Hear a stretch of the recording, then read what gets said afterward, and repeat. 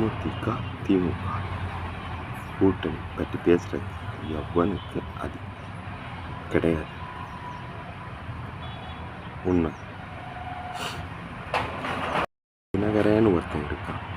இனி பிஜேபியில் கூட்டணி வைக்கிறது ஒன்று, தூக்கில் மாட்டிட்டு சாவுறது ஒன்றுன்னு சொன்னான்.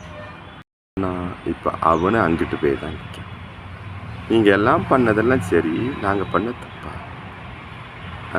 தெரியாமல் தான் கேட்குறேன். அக்கா குஷ்பு அக்கா, நாங்கள் கூட்டணி வச்சே தப்பா? ஆன்மா மன்னிக்காத. ஏக்கா நீங்கள் எத்தனை கட்சியில் அக்கா இருந்திருக்கீங்க? ஏதாவது ஒரு கட்சியில் நிலையாக இருந்திருக்கீங்களா?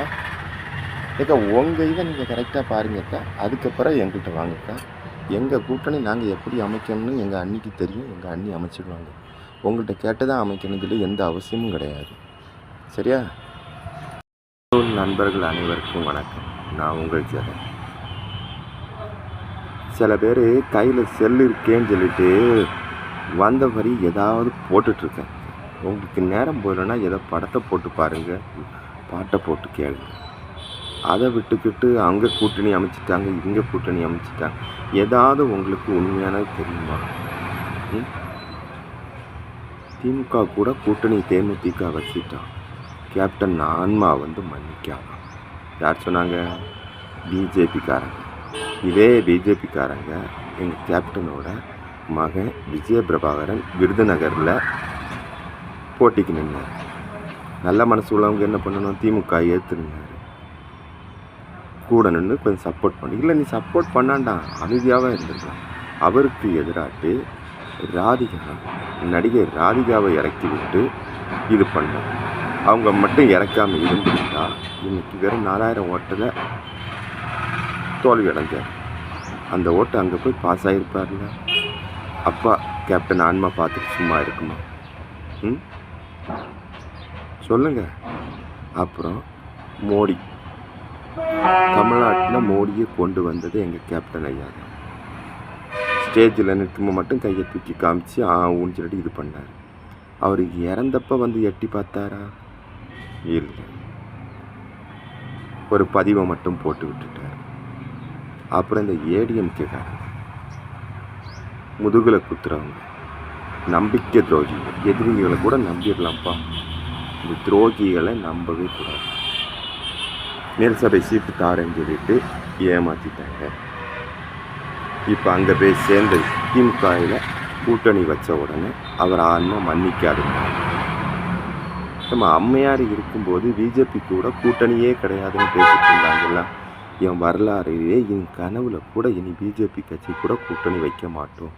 ஆனால் நீங்கள் இப்போ இருக்கிறது எங்கே? ஏன் உங்கள் அம்மையார் ஆன்மா உங்களை மன்னிச்சிட்டா? சொல்லுங்கள். அம்மையார் ஆன்மா உங்களை மன்னிச்சிட்டு அதனால் போயிட்டீங்களா? நீங்கள் கரெக்டாக இருந்தால் எதுக்கே நாங்கள் வேறு மாதிரி போக போகிறோம்?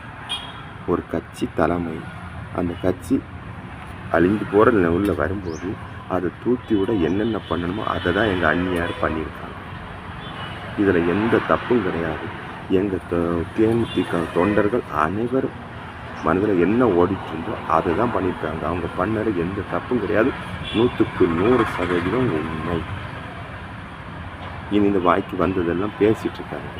எங்கள் மனசில் தேமுதிக தொண்டன், உண்மையான ஒரு தேமுதிக தொண்டன் மனசில் என்ன ஓடிட்டு இருந்தோ அதை தான் அவங்க செய்திருக்காங்க.